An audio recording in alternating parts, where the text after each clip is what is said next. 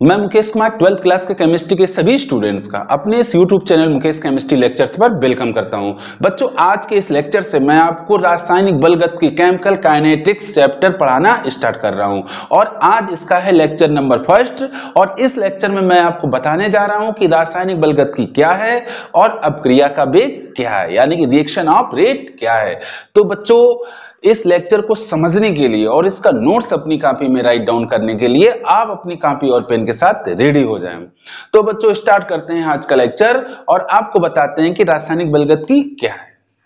बच्चों, रासायनिक बलगत रसायन विज्ञान की एक ऐसी शाखा है जिसके अंतर्गत अति तीव्र गति से और अति मंद गति से होने वाली रासायनिक अपक्रियाओं के जो बीच वाली अपक्रियाएं होती हैं, उन अपक्रियाओं की गति का अध्ययन किया जाता है और उनकी गति को प्रभावित करने वाले कारकों का अध्ययन किया जाता है।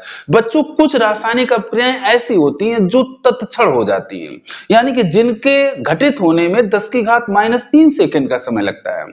बच्चों, ऐसी रासायनिक अपक्रियाओं को अति तीव्र अपक्रियाएं कहा जाता है और अति तीव्र अपक्रियाओं का जो वेग होता है बच्चों, उसको सामान्य प्रायोगिक विधियों के द्वारा ज्ञात कर पाना संभव नहीं है।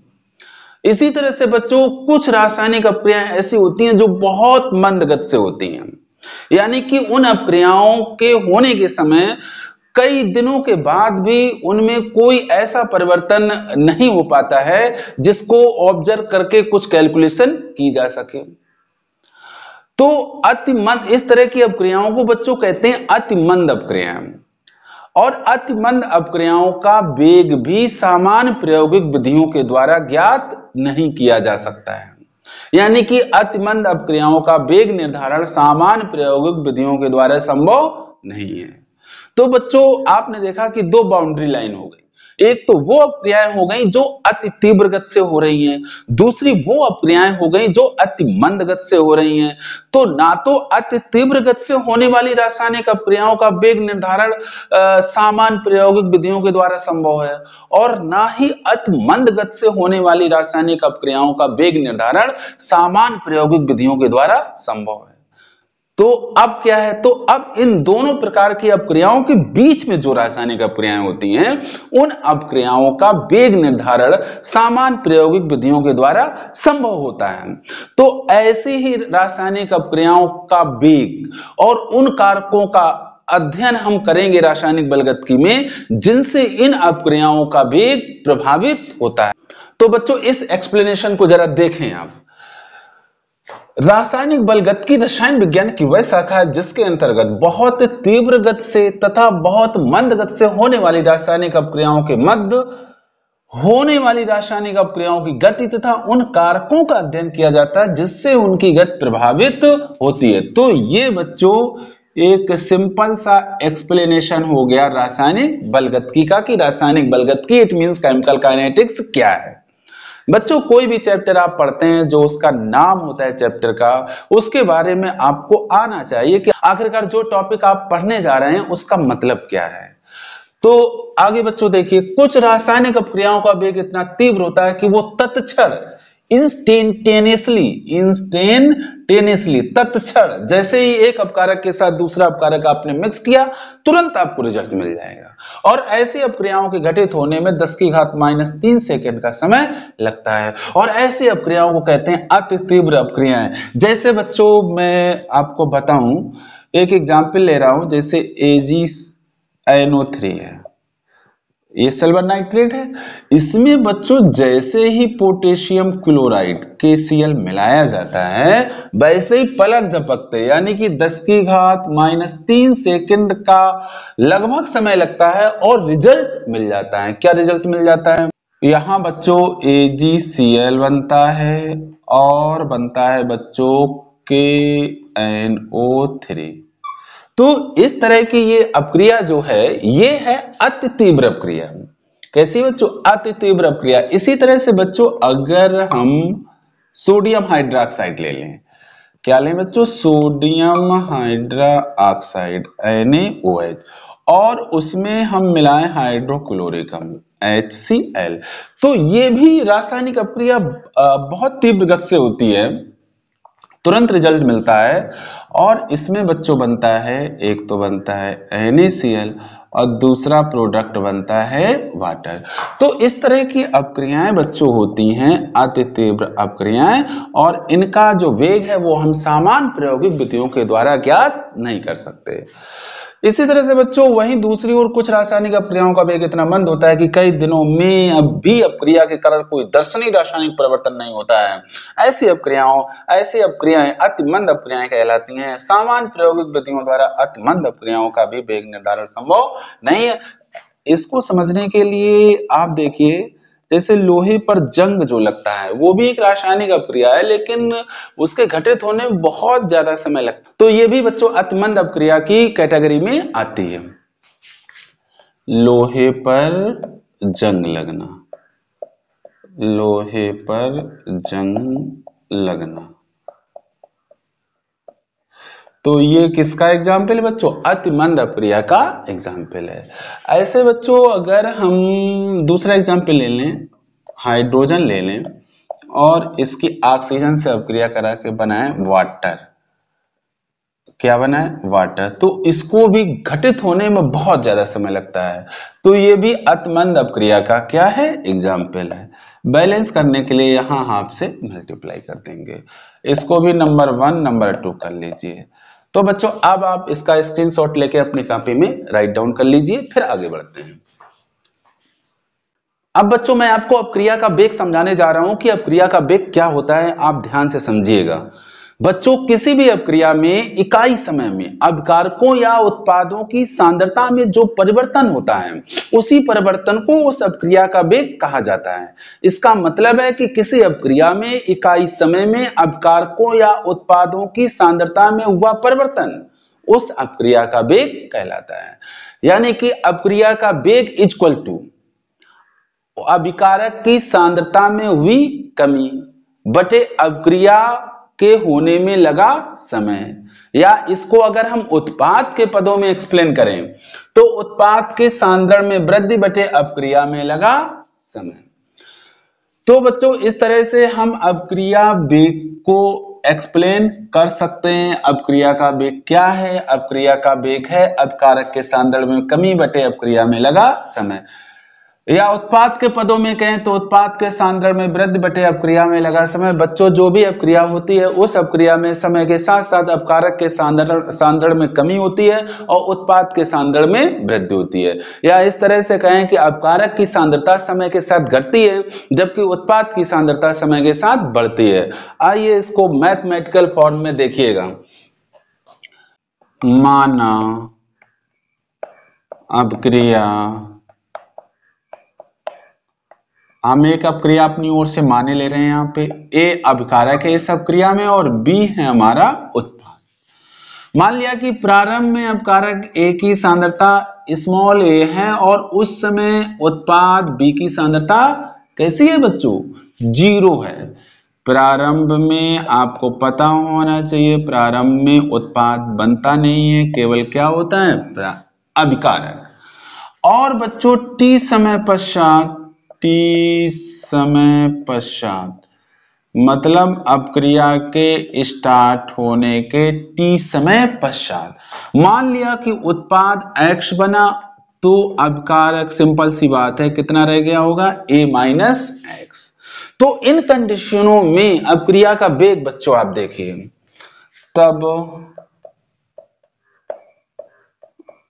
अपक्रिया का वेग, अपक्रिया का वेग क्या हो जाएगा बच्चों? अगर हम उत्पाद के पदों में लिखी तो उत्पाद की सांद्रता में जो वृद्धि हुई है वो स्मॉल x हुई है और अपक्रिया के होने में लगा समय कितना है? Small t। हम इसको अभिकारक की सांद्रता के पदों में भी लिख सकते हैं, लेकिन वहां पर आपको क्या करना पड़ेगा? माइनस चिन्ह लगाना पड़ेगा। अगर मैं लिख रहा हूं तो यहाँ पे अभिकारक की सांद्रता है a माइनस एक्स, समय लगा है स्मॉल t और बाहर आ जाएगा माइनस चिन्ह। बच्चों माइनस चिन्ह यहाँ पे ये बात व्यक्त कर रहा है कि अभिकारक की सांद्रता जो है वो समय के साथ घट रही है। किंतु बच्चों ये जो अपक्रिया का वेग है, ये अपक्रिया का वेग औसत वेग है, और हमें किसी अपक्रिया को अच्छे ढंग से एक्सप्लेन करने के लिए उसके तात्क्षणिक वेग यानी कि तात्कालिक वेग की आवश्यकता पड़ती है। तो तात्कालिक वेग कैसे निकालते हैं, अब इसको आप समझिएगा। तो बच्चों ये क्या है, ये है अपक्रिया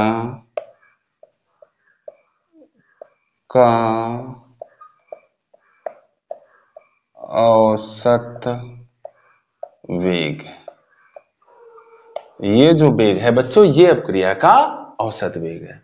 अब बच्चों तात्कालिक वेग के लिए मैं आपको बताने जा रहा हूं, ध्यान से समझिएगा। माना t समय पश्चात अति सूक्ष्म समयांतराल dt। बच्चों t जो सिंबल है ये समय का है, इससे पहले d मैंने जोड़ दिया है। d यहां पर ये व्यक्त कर रहा है कि ये जो राशि है उसकी वैल्यू अति सूक्ष्म है, तो d ऐड किया जाता है अति सूक्ष्म मात्रा को शो करने के लिए। माना t समय पश्चात अति सूक्ष्म समयांतराल dt में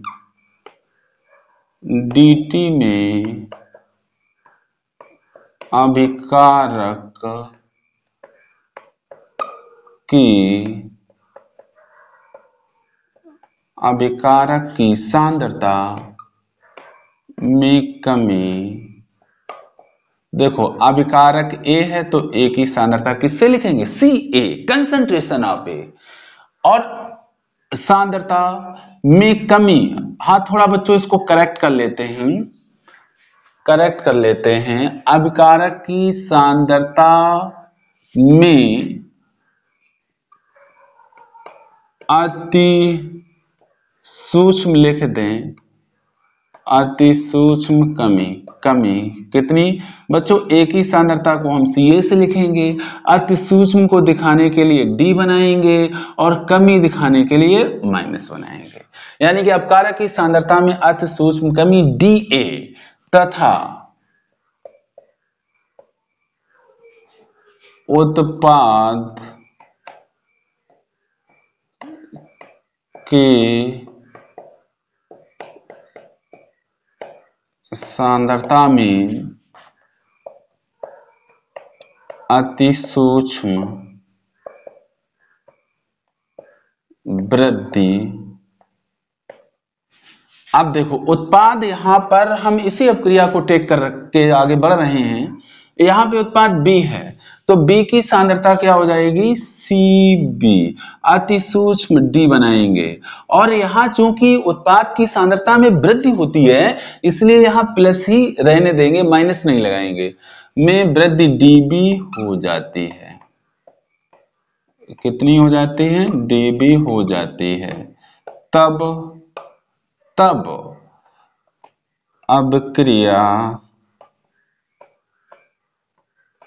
तब अपक्रिया का तात्कालिक इंस्टेंटेनियसली तात्कालिक वेग, तात्कालिक लिखो या तात्क्षणिक लिखो, क्या हो जाएगा बच्चों।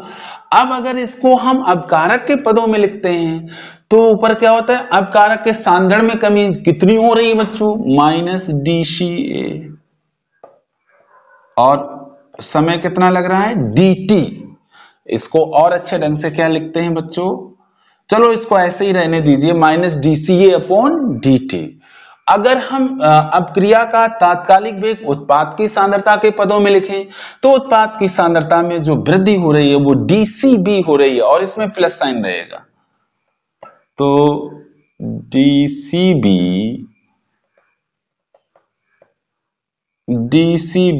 अपॉन हो जाएगा dt। बच्चों अपक्रिया का जो तात्कालिक वेग है वो हम अपकारक की सांद्रता के पदों में भी लिख सकते हैं और उत्पाद की सांद्रता के पदों में भी लिख सकते हैं। तो इस तरह से अपक्रिया का आ जाता है हमारा तात्कालिक वेग। अब बच्चों अगर अपक्रिया जो है वो थोड़ी ऐसी है कि उसमें अभिकारक जो है उनके अणुओं की संख्या उसमें दी है या उत्पाद है उनके अणुओं की संख्या दी है, तो उस कंडीशन में अपक्रिया का तात्कालिक वेग कैसे निकालते हैं इसको अब बच्चों मैं आपको बताना स्टार्ट कर रहा हूं। ठीक है बच्चों, इससे पहले आप इसका स्क्रीनशॉट ले लो, फिर उसको हम समझाना स्टार्ट करते हैं। ठीक है बच्चों, साफ करते हैं अब इसको। अब हम लेंगे एक दूसरी अपक्रिया और उससे तात्कालिक वेग कैसे निकलता है या कैसे निकाला जाएगा इसको मैं आपको एक्सप्लेन करने जा रहा हूं। ध्यान से आप समझेंगे। मान ले रहे हैं, माना अपक्रिया, हमने अपक्रिया कोई एक मान ली है जिसमें मान लिया, ऐसे मान लेते हैं कि अभिकारक A है जिसके मोलों की संख्या या अणुओं की संख्या m1 है, एक दूसरा विकारक है हमारे पास B और जिसके अणुओं की संख्या है m2। ऐसे ही हम आगे भी अपकारक बना सकते हैं। ठीक है, डॉट डॉट कर दिया, आगे भी अपकारक इसमें ऐड हो सकते हैं।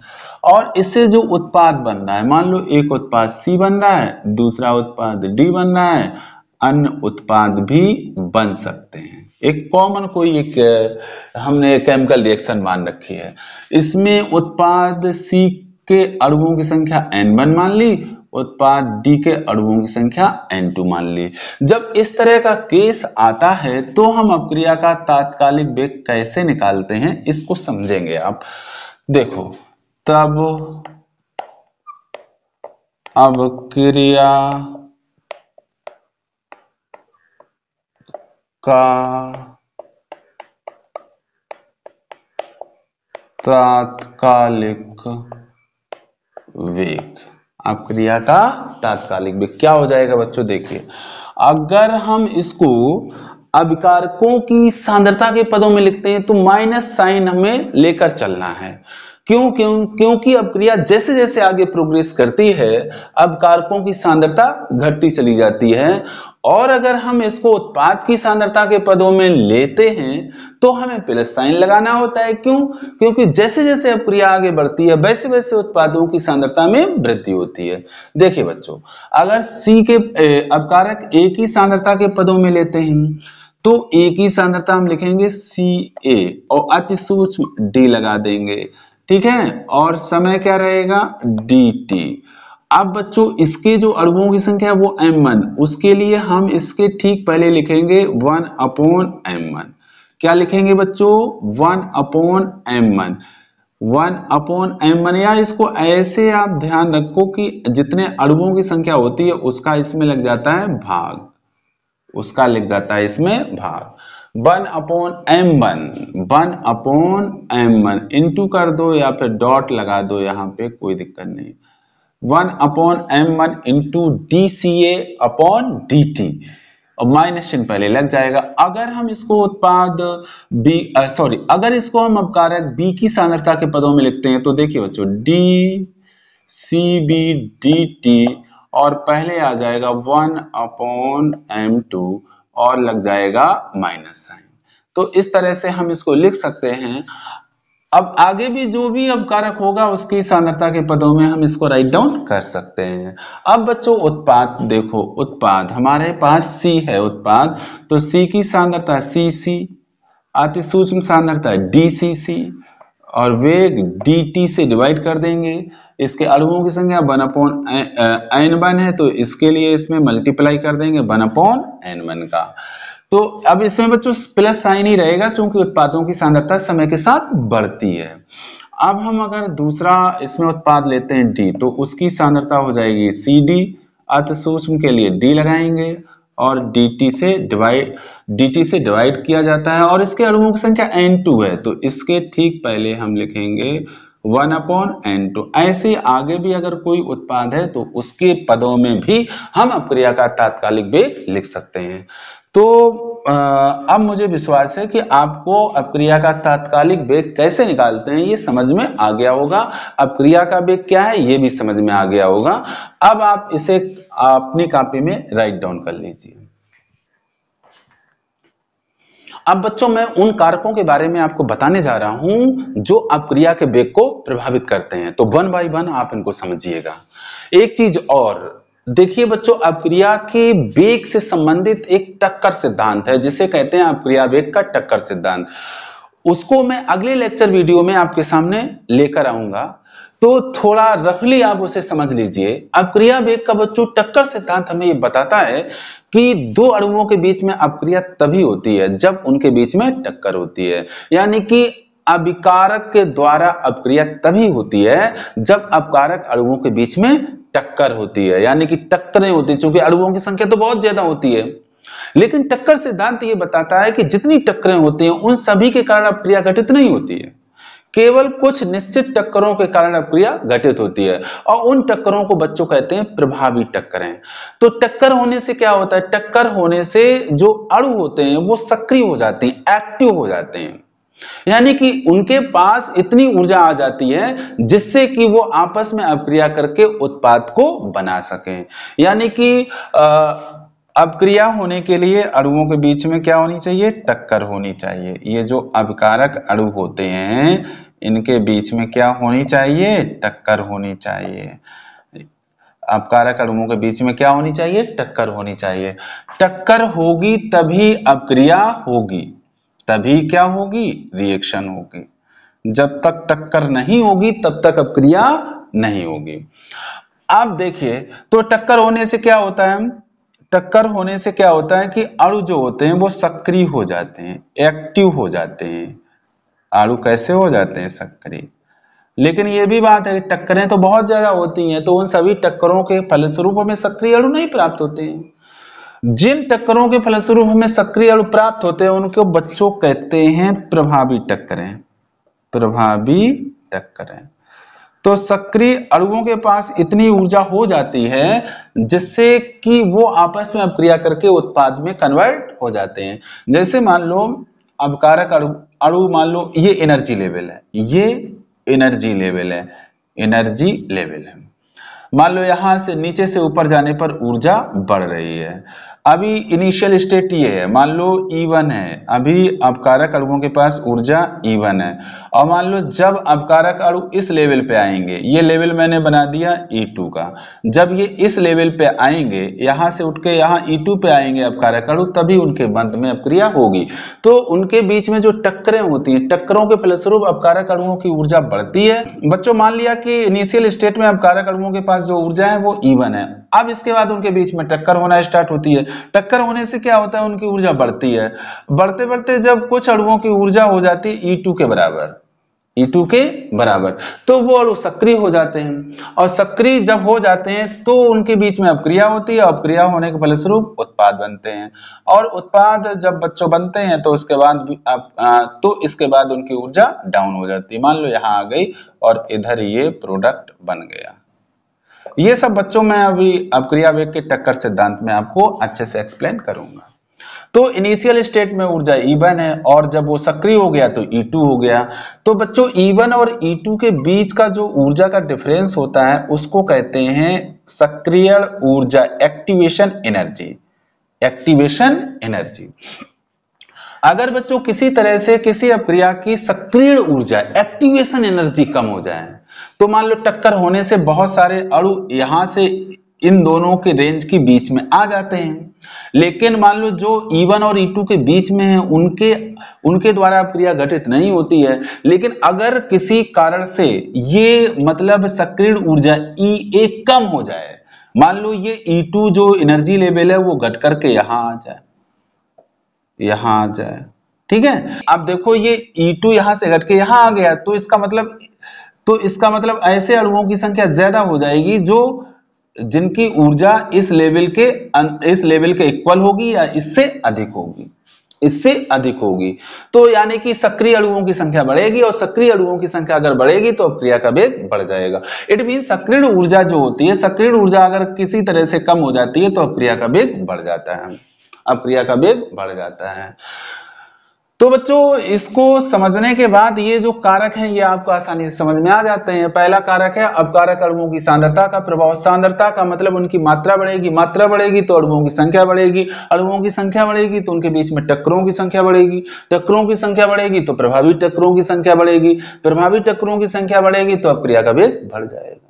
यानी कि अपकारक अणुओं की अगर आप सांद्रता बढ़ाएंगे तो अपक्रिया का वेग बढ़ जाएगा। यही बात मैंने यहाँ राइट डाउन की है। लेकिन बच्चों टेम्परेचर कांस्टेंट होना चाहिए, टेम्परेचर कांस्टेंट नहीं होगा तो सारी थ्योरी बिगड़ जाएगी।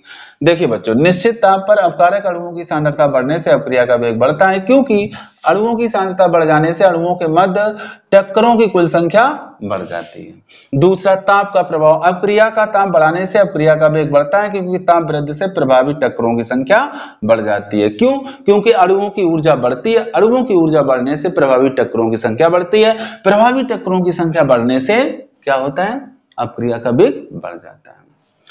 उत्प्रेरक का प्रभाव। उत्प्रेरक अपक्रिया की संकीर्ण ऊर्जा का मान कम कर देता है, जो बात मैंने अभी एक्सप्लेन की है, जिससे सक्रिय अणुओं की संख्या बढ़ जाती है तथा उत्प्रेरक की उपस्थिति में अपक्रिया का वेग बढ़ जाता है। चौथा कारक है अपकारकों का पृष्ठ क्षेत्रफल। अपकारक अणुओं का पृष्ठ क्षेत्रफल अधिक होने पर अपक्रिया का वेग बढ़ता है। तो पृष्ठ क्षेत्रफल बढ़ेगा तो जिस वजह से टक्करों की संख्या बढ़ेगी, टक्करों की संख्या बढ़ेगी तो अपक्रिया का वेग भी बढ़ जाएगा।